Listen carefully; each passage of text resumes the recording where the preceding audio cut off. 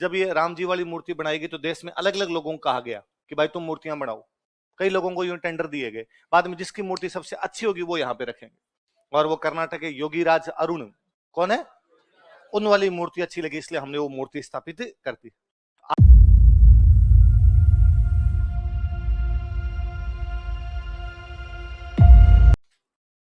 कल राम जी वाले मंदिर का चल रहा था, कार्यक्रम चल रहा था।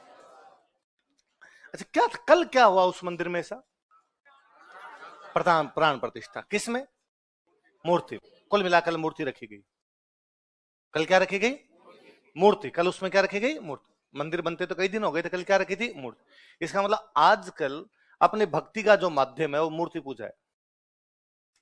भक्ति का माध्यम क्या है? हम एक मंदिर बनाते हैं, मंदिर बना के उसके अंदर क्या रखते हैं? मूर्ति, और वो मूर्ति पूजा करते हैं। अच्छा ऐसा तो नहीं हुआ होगा ना कि भाई आज भी देखो जब ये राम जी वाली मूर्ति बनाई गई तो देश में अलग अलग लोगों को कहा गया कि भाई तुम मूर्तियां बनाओ। कई लोगों को यूं टेंडर दिए गए, बाद में जिसकी मूर्ति सबसे अच्छी होगी वो यहाँ पे रखेंगे। और वो कर्नाटक के योगीराज अरुण कौन है, उन वाली मूर्ति अच्छी लगी इसलिए हमने वो मूर्ति स्थापित कर दी। इसका मतलब लोग आजकल मूर्तियां बनाना जानते हैं। आप इमेजिन कीजिए जब लोग मूर्तियां बनाना जानते ही नहीं थे, बहुत पुराने टाइम में जब मूर्ति पूजा थी नहीं, तब भी व्यक्ति धर्म कर्म तो करता ही होगा, धर्म को तो मानता ही होगा। भाई आज हम क्यों मूर्ति पूजा करते हैं? क्योंकि हमें लगता है कि यार मूर्ति के माध्यम से भगवान को याद करना है, शिव जी को याद करना है तो शिव जी की मूर्ति के आगे, राम जी को याद करना है तो राम जी की मूर्ति के आगे। फिर अपना तो वो बड़ा सा सिद्धांत है कि अंग्रेजों के टाइम में अंग्रेजों ने कहा कि यार भारत के लोग ये कहते हैं घट घट में भगवान है, कण कण में भगवान है, फिर तो यहां दोख लो राम जी को, यहीं दोख लो शिव जी को, फिर उसके लिए मंदिर क्यों चले जाते हो तुम?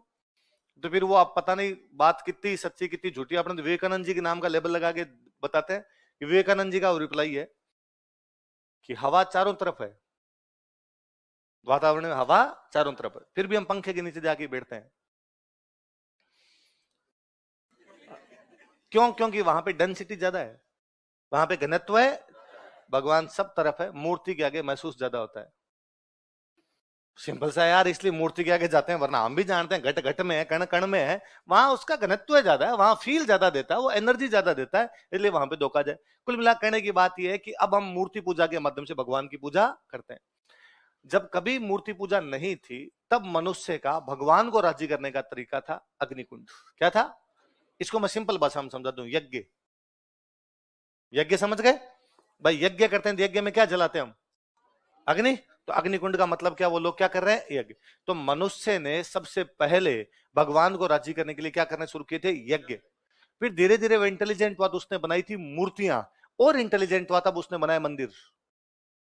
मंदिर बाद में बने हैं, मूर्तियां पहले बनने लग गई है। मंदिर के एविडेंस हमें बहुत बाद में मिलते हैं, लेकिन मूर्तियां बहुत पुरानी है। इसका मतलब उसने पहले भगवान को राजी करने के लिए यज्ञ किया, फिर उसे लगा कि नहीं यार एक कोई रूप तो आना चाहिए मेरे आगे, ऐसे तो भगवान को कैसे राजी करूं, तो उसने क्या बना ली? मूर्ति। फिर उसे लगा इस मूर्ति की एक जगह भी होनी चाहिए, ये नहीं कि हर कहीं मूर्ति रख ली, तो उसके लिए उसने क्या बना लिया? मंदिर। तो स्टेप बाय स्टेप बढ़ाओ, पहले उसने यज्ञ किए, फिर उसने मूर्तियां बनाई, फिर उसने क्या बनाए? मंदिर। यज्ञ करने के लिए किसकी आवश्यकता?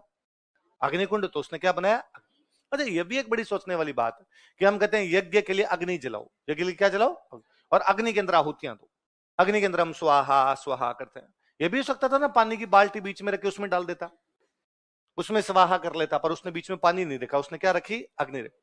कारण यह था कि उसके जीवन में अग्नि का वैसे भी एक बड़ा महत्व था कि उसका जो शिकार है, शिकार को बाद में पकाने का काम वो किससे कर पा रहा था? अग्नि। वो जंगलों को जला रहा था तो किसके माध्यम से जला पा रहा था? अग्नि के माध्यम से जला पा रहा था। तो उसके जीवन में सबसे बड़ा कोई तत्व था, तो वो तत्व कौन सा था? अग्नि। तो उसे लगा यार भगवान को भी यदि बुलाना हो तो ये मैसेज कोई पहुंचा सकता है, तो कौन पहुंचा सकता है? अग्नि। और उसने अग्नि को देवता मान लिया। अग्नि क्या मान लिया? भाई जो चीज हमारी जिंदगी में सबसे अधिक काम आए वो अपने आप में क्या है? देवता। अब उन देवताओं को बुलाना है तो अपने वाले देवता की आवश्यकता था। अपने वाला देवता कौन सा? अग्नि। तो मनुष्य ने इमेजिन किया कि बाकी देवताओं के और मेरे बीच में जो भी मीडिएटर का काम करता है वो देवता कौन सा है? आरएस का सवाल है 2010 का, मध्यस्थ देवता कौन सा है? कौन सा है? किस किस के बीच का मध्यस्थ? मनुष्य तथा अन्य देवताओं के बीच का मध्यस्थ कौन है? अब उसको लगा कि मुझे बारिश करवानी, इस बार बारिश नहीं हुई, और बारिश का देवता इंद्र। बारिश का देवता कौन है? उसने यज्ञ किया, अग्नि जलाई, अग्नि के आगे बैठा, अग्नि के आगे बैठ कहा हे अग्नि देवता जाकर कहो इंद्र से कि बारिश नहीं हो रही है, बारिश करवाई जाए। और अधिकतम बार ऐसा हुआ कि बारिश हो गई। यज्ञ किया गया, यज्ञ करने के बाद क्या हो गई, उसका विश्वास और जमा कि उन देवताओं को याद करने के लिए देवता कौन सा आवश्यक है। इसलिए आज दिन तक, अभी तक गांव में बारिश नहीं होती, यज्ञ करते हैं, और शताब्दियों से आज दिन तक बारिश हो और जाती है। इसलिए हमारा विश्वास जमा हुआ है कि यार भगवान को राजी करने के लिए क्या याद करना पड़ेगा।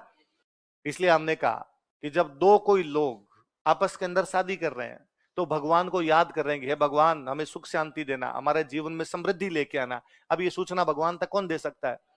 इसलिए फेरे किसके चारों तरफ लिए जाए, नहीं रखी पानी की बाल्टी बीच में लगाओ रे फटाफट, बीच में क्या रखी गई, अग्नि रखी गई। अग्नि वह देवता है जो हमारे तथा अन्य देवताओं के बीच में किसका काम करता है, किसका काम करता है, मध्य। मंगलवार, आज मंगलवार है, हमारे में से ज्यादातर की मम्मियां जो है हनुमान जी के प्रसाद चढ़ा रही होगी।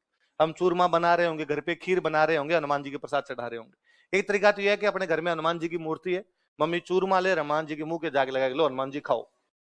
आप ही क्या याद रखोगे प्रसाद चढ़ाया था आपके, पर मम्मी ऐसा नहीं करती।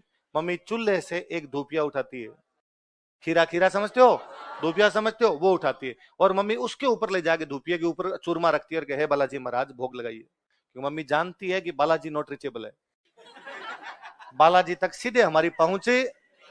हमारा जो मध्यस्थ है वो कौन है, अग्नि। हम अग्नि को खिलाएंगे, अग्नि किसको देगा, अग्नि किसको देगा, बल।